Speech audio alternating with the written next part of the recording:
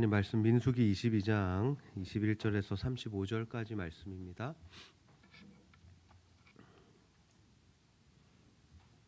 민수기 22장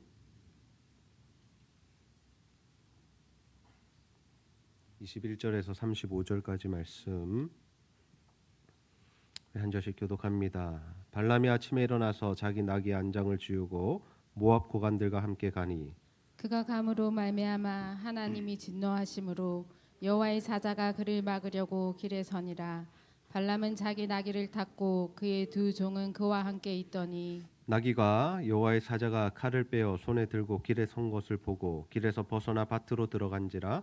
발람이 나귀를 길로 돌이키려고 채찍질하니 여호와의 사자는 포도원 사이 좁은 길에 섰고 좌우에는 담이 있더라. 나귀가 여호와의 사자를 보고 몸을 담에 대고 발람의 발을 그 담에 짓누름에 발람이 다시 채찍질하니 여호와의 사자가 더 나아가서 좌우로 피할 데 없는 좁은 것에 선지라. 나귀가 여호와의 사자를 보고 발람 밑에 엎드리니 발람이 노하여 자기 지팡이로 나귀를 때리는지라. 여호와께서 나귀 입을 여시니 발람에게 이르되 내가 당신에게 무엇을 하였기에 나를 이같이 세 번을 때리느냐. 발람이 나귀에게 말하되 내가 나를 거역하였기 때문이니 내 손에 칼이 있었다면 곧 너를 죽였으리라.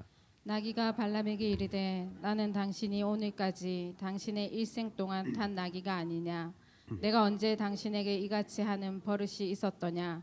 그가 말하되 없었느니라. 그때 여호와께서 발람의 눈을 밝히심에 여호와의 사자가 손에 칼을 빼들고 길에 선 것을 그가 보고 머리를 숙이고 엎드리니 여호와의 사자가 그에게 이르되 너는 어찌하여 내 나귀를 이같이 세 번 때렸느냐.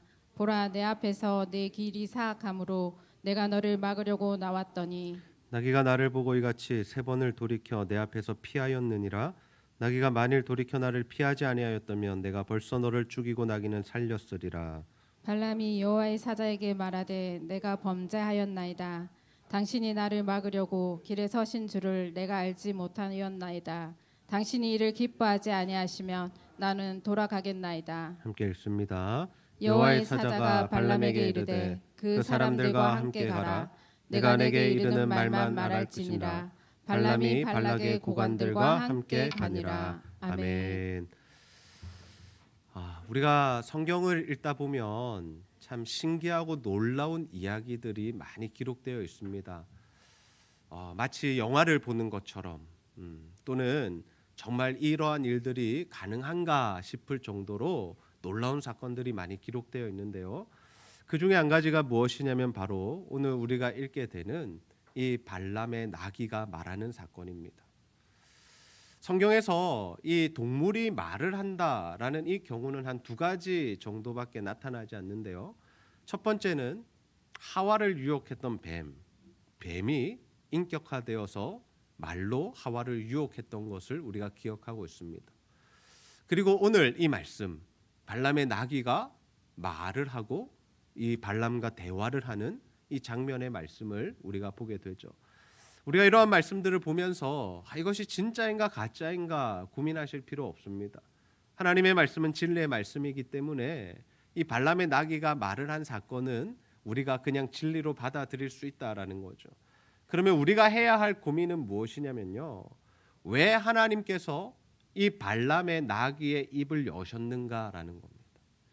왜 하나님께서 동물의 입을 열어서 그 동물이 말을 하게끔 하게 하실 만큼 하나님께서 무슨 말씀을 하고 싶으셨기에 이런 기이한 역사들을 일으키셨는가라는 것을 우리가 생각해 볼 필요가 있다라는 거죠. 우리가 민수기 말씀을 묵상하면서 보게 되는 상황이 어떠합니까? 이스라엘 백성들이 이제 가나안 땅에 들어갈 준비를 하고 있습니다. 그래서 요단 동편에서 점점 북진하여 올라갑니다. 올라가면서 어떤 나라들을 무너뜨립니까? 아모리 왕 시온을 무너뜨리고 바산 왕 옥을 무너뜨립니다. 물론 그들과 전쟁을 원했던 것은 아니었습니다. 그러나 그들이 순순히 이제 길을 비켜주지 않고 그들이 막아섰고 전쟁을 일으켰기 때문에 어쩔 수 없이 그 나라들과 이스라엘이 전쟁을 할 수밖에 없었습니다. 그렇게 전쟁을 하고 이제 이스라엘 백성들이 다다른 곳이 어디였냐면 모압 평지였다라고 합니다. 그것을 여리고 맞은편이다라고 성경은 기록하고 있는데요. 이제 이스라엘 백성들은 요단강만 건너가면 이제 가나안 땅에 들어가게 되는 것이고, 이제 하나님께서 원하셨던 그 땅에 들어가서 가나안 정복 전쟁을 해야 하는 시점에 이르는 것입니다. 근데 이스라엘 백성들이 모압 평지에 이르렀을 때 그곳에 누가 살고 있었냐면 당연히 모압 백성들이 살고 있었겠죠. 그 나라의 왕의 이름이 발락이었다라고 합니다. 이 발락이 이스라엘 백성들이 점점 올라오더니 자신의 나라까지 올라오게 된 것입니다. 그러니 두려운 마음이 들었습니다. 왜 두려워합니까? 이전에 그 전쟁의 이야기들을 들었기 때문입니다. 이스라엘 백성들이 아모리 왕 시온과 바산왕을 물리쳤대. 그들이 한 명도 남김없이 다 죽었대라는 소식을 들었기 때문에 이 모압 왕이 굉장히 두려워하고 불쾌했다라는 거죠. 그래서 이 모압 왕이 전쟁을 하기는 해야 되는데 어떻게 할까 고민을 합니다. 군사력으로 맞서자니 우리도 지면 어떨까라는 이런 두려움이 있었기 때문에 그가 한 가지 기발한 아이디어를 내는데, 그 아이디어가 무엇이었냐면, 그 당시에 그 모압 왕 발락이 나라를 다스리던 그 당시에 굉장히 유명한 선지자가 있었습니다. 우리가 보통 이 선지자는 하나님께서 하나님의 말씀을 대언하게 하신 사람을 우리가 선지자라 일컫는데요. 그런데 그 참 선지자도 있지만 어느 시대나 거짓 선지자들도 있었습니다. 거짓 선지자라 함은 이스라엘 백성들 가운데 있는 거짓 선지자들도 있고 이방 선지자들도 있었습니다. 그래서 예전에 모세가 어떠했습니까? 모세가 이제 애굽에 가서 출애굽을 시키겠다고 이스라엘 백성들 내놓으라 했을 때 그 땅의 선지자들이, 그 땅의 술사들이 나와서 모세를 대적하고 모세가 했던 일들을 자신들도 똑같이 하는 모습들을 보여주죠. 마찬가지로 이 이방의 선지자, 거짓 선지자들이 있었는데 그 거짓 선지자 중에 발람이라는 사람이 굉장히 유명했습니다. 왜 유명했냐면 그가 주술을 펼쳐서 누군가를 복되다라고 이야기하고 복을 빌어주면 그 사람이 진짜 복을 받고, 그 사람을 대해서 나라에 대해서 저주를 하거나 막 나쁜 이야기들을 하면 그 나쁜 이야기들이 다 이루어졌다라는 거죠. 그러니까 이 발락 왕이 이 사람을 찾은 겁니다. 야, 발람이라는 그 선지자 데려와라. 데리고 와서 저 이스라엘이라는 나라를 저주하게 해서 그들을 다 무력화시켜 놓고 힘을 다 빼놓고 난 다음에 우리가 전쟁에서 그들과 싸워서 이기자라는 그러한 계략을 짰다라는 거죠. 그래서 사람들을 보냅니다. 발람에게 이 좋은 것들, 복채를 가지고 가게 해서 이 자신의 나라로 와서 좀 일을 해달라라고 하죠. 근데 발람이 뭐라고 대답하냐면, 나는 함부로 움직이는 사람이 아닙니다. 내가 여호와께 물어보겠습니다라고 그렇게 대답을 합니다. 그러자 하나님께서 발람에게 실제적으로 또 말씀을 주시는데요. 어떤 말씀을 주시냐면 민수기 22장 12절 말씀, 우리 함께 한번 읽어보도록 하겠습니다. 시작. 하나님이 발람에게 이르시되 너는 그들과 함께 가지도 말고 그 백성을 저주하지도 말라. 그들은 복을 받은 자들이니라. 아멘. 신기한 것은 하나님께서 말씀을 주세요. 하나님께서 무슨 말씀을 주셨냐면 너 가지도 말고 저주하지도 마. 그들은 복받은 자들이야 라고 말씀을 해주십니다. 이스라엘 백성들이 어떠한 사람들인지를 하나님께서 지금 발람에게 말씀하고 계시다라는 거죠. 이스라엘 백성들은 어떤 사람들입니까? 아브라함의 자손들입니다. 여러분, 아브라함이 누구죠? 믿음의 조상이죠. 하나님께서 아브라함을 부르셔서 하나님의 자녀 삼으시고 그에게 복을 부어주시면서 내가 네 이름을 창대케 하겠고 내가 너가 복이 되게 하겠다. 네 자손들이 정말 하늘의 별과 같이 땅의 모래와 같이 많게 해줄게라는 어마어마한 복을 약속해 주셨습니다. 그 복의 결과가 무엇입니까? 이스라엘 백성들이죠. 이스라엘 백성들이 애굽 땅에 들어가서 400년 동안 거하는 동안에 어마어마한 민족으로 발생하게 되었고, 그들이 이제 나와서 숫자를 세어보니 남자만, 성인 남성만 60만 명에 이르는 어마어마한 민족이 되었다라는 거죠. 그 이스라엘 백성들이 누구라는 겁니까? 하나님께서 복을 주신 자들, 하나님께서 복이라고 말씀하시는 자들, 아브라함의 자손들, 그들이 이스라엘 백성이다라는 겁니다. 그러니까 너 절대로 가지 마. 너 절대로 가서 그들 저주할 생각도 하지 마 라고 하나님께서 지금 발람 선지자에게 말씀하고 계신 거죠. 근데 발락의 입장에서는 어떻습니까? 야, 이러면 안 되는 거죠. 발람이 와야 됩니다. 발람이 와서 저주를 해줘야 자신들이 전쟁을 할 거 아닙니까? 그러니까 이번에는 두 번째로 사람을 보내는데 어떤 사람들을 보내냐면 더 높은 사람들을 보내는 겁니다. 그리고 이번에는 복채 정도가 아닙니다.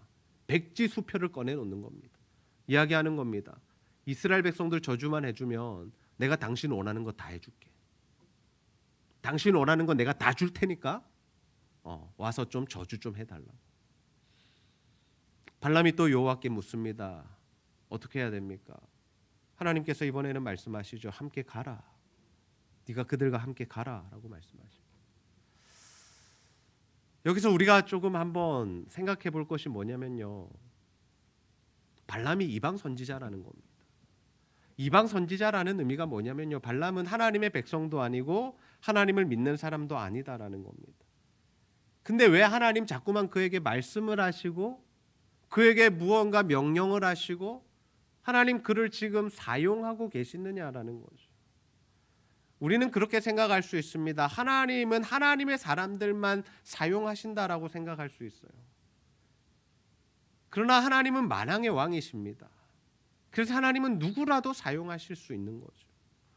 하나님은 이방의 선지자를 들어 사용하고 계신데 무엇을 위해서 사용하고 계시냐면 하나님의 뜻을 이루시기 위해서 이 사람을 지금 들어서 사용하고 계시다라는 겁니다. 하나님의 뜻이 무엇입니까? 복받은 이스라엘 백성들을 축복하는 것입니다. 모압 왕 발락은 정반대의 꿈을 가지고 있죠. 그들을 저주하는 꿈을 가지고 있지만 하나님께서는 이 거짓 선지자를 통해서 하나님의 백성을 축복하고 그들의 복을 빌어줄 계획을 지금 세우고 계시다라는 거죠. 우리가 이 스토리의 마지막까지 다 읽어보았기 때문에 알지만 이 결론이 어떻습니까? 발람이 3번이나 이스라엘 백성들을 축복했습니다. 단 한 번도 저주하지 못했습니다. 하나님의 뜻이 이루어졌고 하나님이 원하시는 대로 발람이 움직였다라는 거죠. 그래서 우리는 항상 겸손해야 하는 것입니다. 우리는 항상 겸손해야 합니다. 우리가 신앙생활하면서 한 가지 착각할 수 있는 게 뭐냐면 하나님 나와만 이야기하신다라고 생각하는 겁니다. 내가 하나님의 뜻을 가장 잘 안다고 생각하는 그 생각이 너무나 위험한 생각이다라는 거죠. 하나님은 누구를 통해서도 말씀하신다고요? 이방 선지자를 통해서도요. 나중에 이스라엘 백성들이 포로로 끌려갔다가 바벨론에서 돌아올 때 누구를 통해서 그 일들이 이루어진 줄 아십니까? 고레스 칙령에 의해서 그들이 돌아오게 되는데요. 고레스는 왕의 이름입니다. 하나님께서 이방의 왕을 통해서 하나님의 일들을 하시더라라는 거죠. 이것을 조금만 더 넓혀볼까요? 조금만 더 넓혀볼까요? 하나님께서 누구를 통해서 말씀하실 수 있는 겁니까? 우리 주변에 예수를 믿지 않는 가족들을 통해서도 우리에게 하나님의 분명한 음성을 들려주실 수 있다는 겁니다. 예수 믿지 않는 사람들을 통해서도 하나님의 음성이 우리에게 들려줄 수 있다는 거죠. 우리가 인정하지 않는 어떤 통치자 또는 우리가 정말 싫어하는 어떤 정치 집단 그들을 통해서도 하나님께서 우리에게 말씀하실 수 있다는 겁니다. 우리는 너무나 이분법적으로 생각할 때가 많습니다. 그 사람들은 절대 안 돼. 그 사람들은 다 뭐 지옥 백성이야. 저 사람들은 예수 믿지 않는 사람들이야. 저 사람들을 하나님께서 어떻게 쓰시겠어. 이렇게 우리가 다 이분법적으로 생각하고 하나님 우리에게만 말씀하신다고 생각하지만 그렇지 않다라는 거죠. 하나님 예수 믿지 않는 사람을 통해서도 우리에게 하나님의 음성을 들려주실 때가 있다라는 겁니다. 하나님 하시고 싶은 말씀을 누구를 통해서든지 하실 수 있는 분이 하나님이시다라는 거죠. 그래서 우리는 겸손히 하나님의 음성을 들을 수 있어야 합니다. 하나님 오늘 내게 하시는 말씀이 무엇인지, 우리가 대인관계를 통해서 인간적인 관계를 통해서 한 사람과의 대화를 통해서도 하나님께서 우리에게 주시는 말씀이 있다라는 거죠. 세상이 돌아가는 모습을 통해서 어떤 한 나라의 결정을 통해서 이 모든 일들을 통해서 하나님은 우리에게 말씀하고 계실 수 있다라는 것. 발락이 발람을 두 번째 부를 때 하나님께서 말씀하세요. 함께 가라라고. 그래서 이제 발람이 짐을 쌉니다. 그리고 나귀를 타고 두 종을 데리고 이제 발락을 따라서 모압의 그 고관들과 함께 발락을 향해 가고 있었습니다.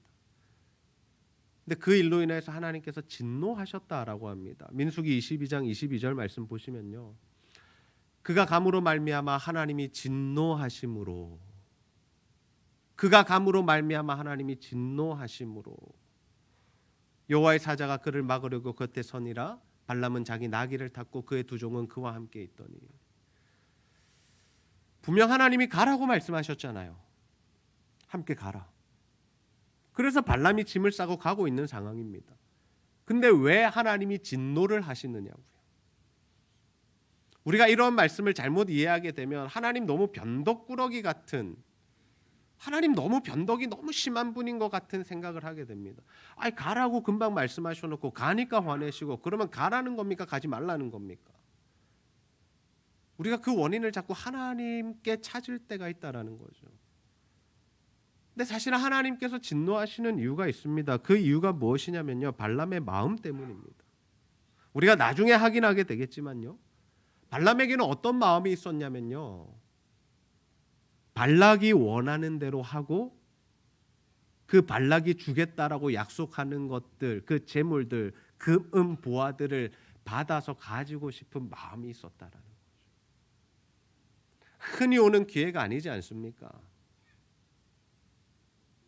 보통 사람들을 대상으로 주술을 펼쳐주고 복채를 받을 때에는 뭐 얼마 받지 못할 수도 있지만, 한 나라를 대상으로, 그리고 왕이 이렇게 와서 사람을 보내서 지금 자신에게 이런 이야기들을 제안을 한다라면 엄청난 사건인 거죠. 한몫 챙길 수 있는 겁니다. 평생 먹고 살 수 있는 돈을 벌 수 있는 그러한 절호의 찬스가 온 겁니다. 어찌 사람의 마음이 흔들리지 않을 수 있겠습니까? 지금 발람의 마음이 막 흔들흔들 하는 겁니다. 하나님이 저주하지 말라고 하시니까 하지 않아야 되겠다는 것은 알고 있지만, 그러나 언제라도 기회가 되면 발락 말 들어주고 발락이 원하는 대로 해주고 한몫 챙겨야겠다라는 그 마음이 발람의 그 생각 가운데 가득 차 있었다라는 거죠. 그것을 다 아시는 하나님께서 누구를 보내시냐면 여호와의 사자를 보내는 겁니다. 여호와의 사자를 보내서 그 길을 막으신 거죠. 여호와의 사자가 칼을 들고 서 있었다라고 합니다. 여러분 재밌는 게 뭔지 아세요? 그 여호와의 사자를 누구는 보고 누구는 못 보나요? 누구는 봤죠? 나귀는 봤죠. 근데 누구는 못 봐요? 발람은 못 봐요. 누구든 복을 빌면 복을 받고 저주를 하면 저주를 받는 그 영험하다는 주술사, 그 시대의 최고의 주술사였던 선지자였던 발람이 여호와의 사자를 보지 못했다라는 거예요. 나귀가 보는 겁니다. 나귀가 여호와의 사자를 봤어요. 칼을 들고 서 있어요. 야, 이대로 가다가는 죽겠거든요. 자기가 죽는 게 아니라 자기의 주인이 죽겠거든요. 그 길을 벗어나는 겁니다. 길을 가다가 밭으로 들어갔습니다. 그러니까 어떻게 합니까? 나귀를 때립니다. 발람이 말을 안 듣는다고. 이 나귀가 오늘 와 이라노? 뭘 잘못 먹었나? 근데 여호와의 사자를 보니까 나귀가 안 되겠는 거죠. 그래 또 나귀가 어떻게 하냐면 이제 벽에다가 막 발을 비비는 겁니다. 발람의 발이 막 벽에 비벼지는 거죠. 아픈 거죠. 상처가 나는 거죠. 또 때리는 겁니다. 이 나귀가 말이 왜 안 듣냐고. 근데 더 이상 갈 수 없는 길목에 딱 여호와의 사자가 서 있으니까 나귀가 어떻게 하냐면 딱 엎드려 버리죠. 그러니까 이제 난리가 납니다. 발람이. 내 손에 칼이 있었으면 죽여버린다. 그때 하나님께서 나귀의 입을 여신 겁니다. 초자연적인 역사가 일어나는 겁니다. 하나님 지금 나귀를 통해서 발람에게 무언가를 가르쳐 주시기 위해서 입을 여신 겁니다. 나귀가 물어보는 겁니다. 왜 주인이여 왜 나를 때리느냐고. 3번이나 왜 때리느냐고. 네가 나를 거역했기 때문 아니냐. 내 손에 칼이 있었으면 너 죽었어 라고 이야기를 하죠. 그리고 나귀가 또 이야기합니다. 내가 평생에 당신 말 어긴 적 있습니까? 내가 평생 당신을 등에 태우고 다녔는데 내가 한 번이라도 이런 적이 있느냐고. 아니 그런 적은 없었지. 근데 그 순간에 하나님께서 뭘 하시냐면 이 발람의 눈을 열어주세요. 나귀의 입을 여셨던 하나님께서 이제 발람의 눈을 열어주시는데 발람의 눈이 열리니까 뭐가 보이냐면 자신의 앞에 선 여호와의 사자가 보이는 겁니다. 근데 그 사자가 뭘 하고 있다고요? 칼을 들고 서 있는 거죠. 드디어 발람이 깨닫습니다. 아, 내가 잘못했구나. 그리고 엎드립니다. 그리고 자신의 죄를 고백해요. 민수기 22장 34절 말씀 우리 함께 한번 읽어보겠습니다. 시작. 발람이 여호와의 사자에게 말하되 내가 범죄하였나이다. 당신이 나를 막으려고 길에 서신 줄을 내가 알지 못하였나이다. 당신이 이를 기뻐하지 아니하시면 나는 돌아가겠나이다. 아멘. 아멘. 이 발람의 고백을 보세요. 어떤 고백을 하고 있냐면요. 일단 잘못했다라고 고백을 하죠. 그러면서 당신이 기뻐하지 아니하시면 내가 돌아가겠습니다. 여기서 자기의 본심이 다 드러나는 겁니다. 자신 안에 있었던 그 욕심과 탐욕들을 드러내는 겁니다. 내가 사실 그 복채, 발락이 약속한 그 돈, 내가 그거 받고 싶어서 가고 있는데 어떻게 아셨느냐고. 지금이라도 원하지 않으시면 내가 돌아가겠습니다. 내가 그거 이제 깔끔하게 포기하겠습니다. 라고 이야기하고 있는 거죠. 왜? 살아야겠으니까. 돈에 대한 미련이 떨어진 것이 아니라 살아야겠으니까 지금 이런 이야기를 하고 있는 겁니다. 그런데 이런 발람의 모습을 보면서요. 이런 발람의 모습을 보면서요. 과연 우리는 그러하지 않느냐고. 과연 우리는 발람과 달라서 전혀 이러한 모습이 우리 안에는 없느냐라는 거죠. 사실 우리도 발람과 똑같지 않습니까? 우리 안에도 이 욕심과 탐욕이 가득한 삶을 살아가고 있지는 않나요? 심지어 하나님의 일을 한다고 하면서도 하나님의 뜻을 이루어가는 신앙생활을 하고 있으면서도 심지어 하나님께 무언가 헌신하고 봉사하며 전도하고 선교하며 목회를 하면서도 내 욕심과 내 탐욕이 어느새 슬쩍 들어와서 그 하나님의 일들을 흐려버리고 망가뜨려 버리고 있지는 않습니까?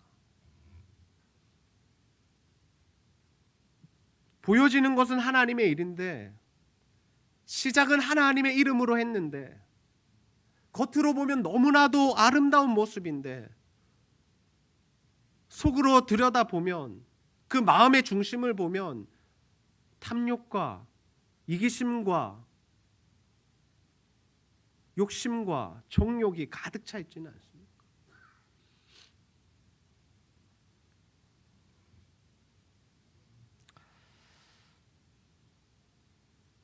야곱은 하나님께서 택하신 사람이었습니다.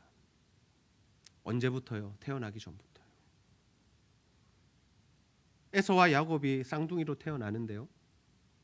하나님께서 그 아버지와 어머니에게 뭐라고 말씀하셨냐면요. 내가 작은 자를 택했다라고 말씀해 주세요.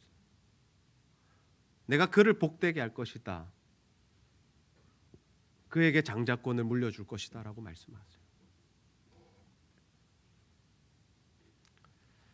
그런데 야곱이 태어나서 보여주었던 이 삶의 모습이 어떠했냐고요.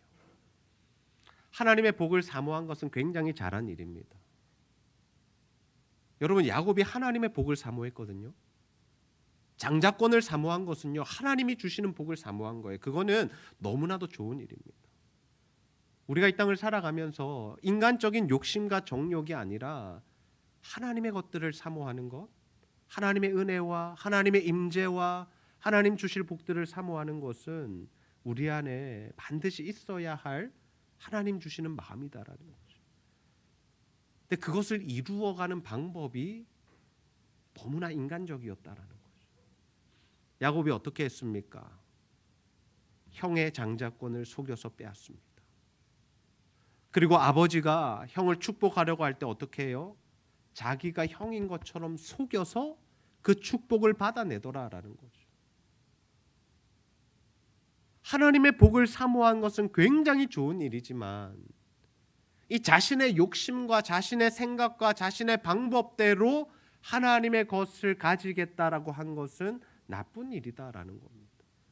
우리가 신앙생활하면서 이것을 좀 잘 구별하고 분별할 수 있기를 소원합니다. 하나님의 일을 한다고 하면서 부정직한 방법으로 자꾸 일을 하시면 안 돼요. 하나님의 것을 사모한다는 그 명목 아래 자꾸만 인간적인 욕심을 부리지 않으셔야 한다라는 겁니다. 야곱이 그 일들을 했을 때 어떻게 되었습니까? 엄청나게 고생했습니다. 아버지를 속이고 축복 기도는 받아냈어요. 근데 어떻게 돼요? 형이 자신을 죽이려 하잖아요. 도망을 갈 수밖에 없는 겁니다. 도망을 가서 삼촌네 집에, 라반의 집에 갔는데 그 삼촌이 어떤 사람입니까? 더 악독한 사람이죠. 무료로 14년을 봉사합니다. 여러분, 요즘에 한 달만 일하고 임금 안 줘도 난리 납니다. 신고하고 난리가 날 겁니다. 근데 야곱이요, 14년 동안 무료로 봉사했고요, 삼촌한테 속아서요 거짓된 결혼을 했고요, 잘못된 결혼을 했고요. 나중에는 이 삼촌의 집에서 어떻게 나오는 줄 아세요? 도망가듯이, 가듯이가 아니라 도망을 쳐서 나왔어요. 삼촌과 그 사촌 형들이 양털을 깎으러 갔을 때, 며칠 자리를 비웠을 때 짐 싸가지고 도망오다가 또 삼촌이 쫓아와가지고 죽이려 하고, 그런 인생 살았더라. 끝내 이 사람의 그 자신의 방법대로 살고 자신의 욕심대로 사는 것이 바뀌지 않으니까 하나님께서 어떻게 하시는 줄 아세요? 분이엘에서 만나시잖아요. 씨름하시잖아요. 환도뼈를 치시는 겁니다. 환도뼈가 부러지는 겁니다. 평생 절었습니다. 야곱은 하나님을 엄청나게 만나는 은혜를 누렸습니다. 누구보다도 하나님을 깊이 체험했습니다. 그러나 자신 안에 있던 그 욕심과 정욕과 탐욕을 해결하지 못했기 때문에 누구보다도 고생하는 인생을 살았다라는 거죠. 좋은 면도 있었지만 좋지 않은 면도 있었던 것이 바로 야곱의 인생이었다라는 거죠. 우리는 과연 어떤가요? 우리는 하나님의 일들을 순수한 마음으로 이루어가고 있습니까? 아니면 하나님의 일마저도 우리의 욕심과 정욕대로 이루어가고 있습니까? 하나님은 깨끗한 심령을 받기 원하세요. 보여지는 모습만 선한 것이 아니라 그 중심이 선하기를 원하시는 거죠. 하나님 발람에게 이렇게 말씀하십니다. 함께 가되 내가 내게 이르는 말만 해라. 35절 보실까요? 민수기 22장 35절. 하나님께서 다시 한번 허락을 해주세요. 여호와의 사자가 발람에게 이르되 그 사람들과 함께 가라. 그러나 내가 내게 이르는 말만 할지니라. 무슨 말씀이에요? 네 생각, 네가 원하는 건 말하지 마. 내가 네 입에 주는 말만 해. 그래야 네가 산다라는 겁니다. 우리 다윗을 한번 생각해 봤으면 좋겠어요. 다윗이 왕으로 기름 부음을 받았습니다. 어렸을 적이에요. 근데 수많은 시간 동안 어떻게 살아요? 일반 백성으로 살아요? 아니, 사울의 신하로 삽니다. 근데 그 사울 왕이 다윗을 죽이려 하잖아요. 창을 던지고 사람들을 보내고 잡으려 하고. 얼마나 괴로웠을까요? 근데 다윗은 어떤 사람이라고요? 기름 부음을 받은 사람입니다. 이미 하나님께서 세우신 사람이었다라는 겁니다. 근데 사울이 자신을 여러 번 죽이려 했지만 그 다윗이 보여주었던 그 믿음과 신앙의 자세가 뭐였냐면요, 사울을 절대로 해치지 않았다라는 겁니다. 사울에게 손을 대지 않더라라는 거죠. 왜요? 하나님이 세우신 자이기 때문에. 저 사람의 종말은 하나님의 손에 달려 있는 것이지 내가 그 일을 처리하지 않겠다라는 것. 야곱과 너무 다른 모습 아닌가요? 야곱도 하나님의 복을 약속받았지만 그것을 자신의 힘으로, 자신의 생각대로, 자신의 방법대로 어떻게든 자신이 복을 받으려고 하다 보니까 힘들고 어려운 인생을 살았지만 다윗은 그 사건 가운데 2번이나 사울을 죽일 수 있는 그 절호의 기회 가운데 그 모든 자신의 그 주도권을 내려놓고 하나님께서 하실 거야. 이건 내가 할 일이 아니야. 내 방법대로 하지 않겠다는 거죠. 그래서 하나님께서 다윗을 기뻐하신 겁니다. 그래서 하나님께서 다윗을 높여주신 겁니다. 온 이스라엘의 왕이 될 수 있도록 하나님께서 하신 겁니다. 여러분, 저는 이러한 믿음의 삶을 살아가게 되기를 주님의 이름으로 축복합니다. 하나님이 일하게 하십시오. 하나님의 그 선한 일을 하나님의 방법대로 하나님의 때에 하나님께서 성취하도록 그렇게 맡겨드리시기를 바랍니다. 우리가 신앙생활하면서 놓치지 않아야 할 것이 있습니다. 무엇을 놓치지 않아야 하냐면요, 하나님의 뜻이 이루어지는 것입니다. 하나님의 뜻이 이루어지는 것입니다. 신앙생활은 내 뜻 이루고자 하는 것 아닙니다. 내가 더 복받고자 하는 것도 아니고요, 내가 더 건강하고 더 부자로 살고자 하는 것이 아닙니다. 신앙생활은요, 하나님께서 우리를 부르셨고 하나님께서 우리를 구원하셨고 그래서 하나님께서 우리를 향하여 가지신 그 뜻과 계획이 이루어지도록 우리의 모든 것을 하나님께 맡겨드리는 것이 신앙생활입니다. 그래서 우리의 신앙생활은 어떠해야 됩니까? 하나님의 말씀대로만 가야 하는 겁니다. 내 뜻이 이루어져야 되면, 내가 원하는 것이, 내 소원이 이루어져야 되는 것이라면 그것을 위해서 우리가 죽어라 기도하고 죽어라 헌신해야 되지만, 신앙생활이 그것이 아니라 하나님의 뜻이 이루어지는 것이라면 우리는 우리의 모든 주도권을 하나님 앞에 드리고 하나님이 원하시는 일들이 이루어질 수 있도록 우리의 인생을 맡겨드릴 수 있어야 한다는 겁니다. 그래서 나의 생각과 나의 경험과 나의 판단을 빼자는 겁니다. 하나님이 일하실 수 있도록. 사도 바울이 감옥에 갇혀서 복음을 전했습니다. 뭐 때문에 감옥에 갇혔습니까? 복음 전하다 감옥에 갇혔습니다. 근데 그가 감옥에 갇혀서도 했던 일이 뭔지 아세요? 복음을 전하는 일이었어요. 성도들에게 편지를 기록합니다. 내가 감옥에 갇혔다. 근데 나는 너무 기쁘다. 나는 이렇게 해서라도 복음이 더 전해졌으면 좋겠다. 나는 내가 죽어도 여한이 없다. 그 믿음의 고백이 바로 빌립보서 1장 21절의 고백입니다. 우리 함께 한번 읽어보겠습니다. 시작. 이는 내게 사는 것이 그리스도니 죽는 것도 유익함이라. 아멘. 아멘. 이게 사도 바울의 고백이었어요.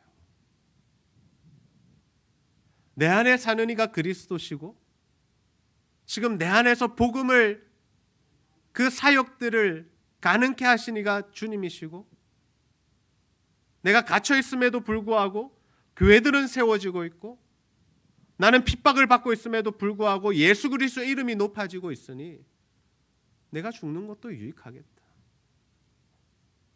라는 이 고백이 사도 바울의 고백이었습니다. 나의 생명보다, 나의 꿈보다, 나의 가치보다 하나님이 우선이었고 주님이 우선이었던 거죠. 저는 우리 모두가 날마다 정말 이 하나님의 뜻을 묻는 인생이 되기를 소원합니다. 여러분을 향한 하나님의 뜻을 물어보십시오. 내가 세운 계획, 1년 뒤에는 이렇게, 5년 뒤에는 이렇게, 10년 뒤에는 이렇게, 그 계획대로 잘 이루어지는 것이 성공한 인생이 아니라 하나님의 뜻이 무엇인지를 알고 그 뜻대로 살아가는 것이 진정한 성공이라는 것을 여러분 기억하시면서 정말 여러분 안에 그 하나님의 그 선하신 뜻, 여러분을 통해서 이루고자 하셔서 여러분을 부르신 그 하나님의 그 일하심, 그 일하심 안에서 살아가는, 정말 나의 뜻과 나의 계획과 나의 생각 다 내려놓고 주님의 뜻을 이루어 드리는 삶을 살아가는 저와 여러분이 다 되시기를 주님의 이름으로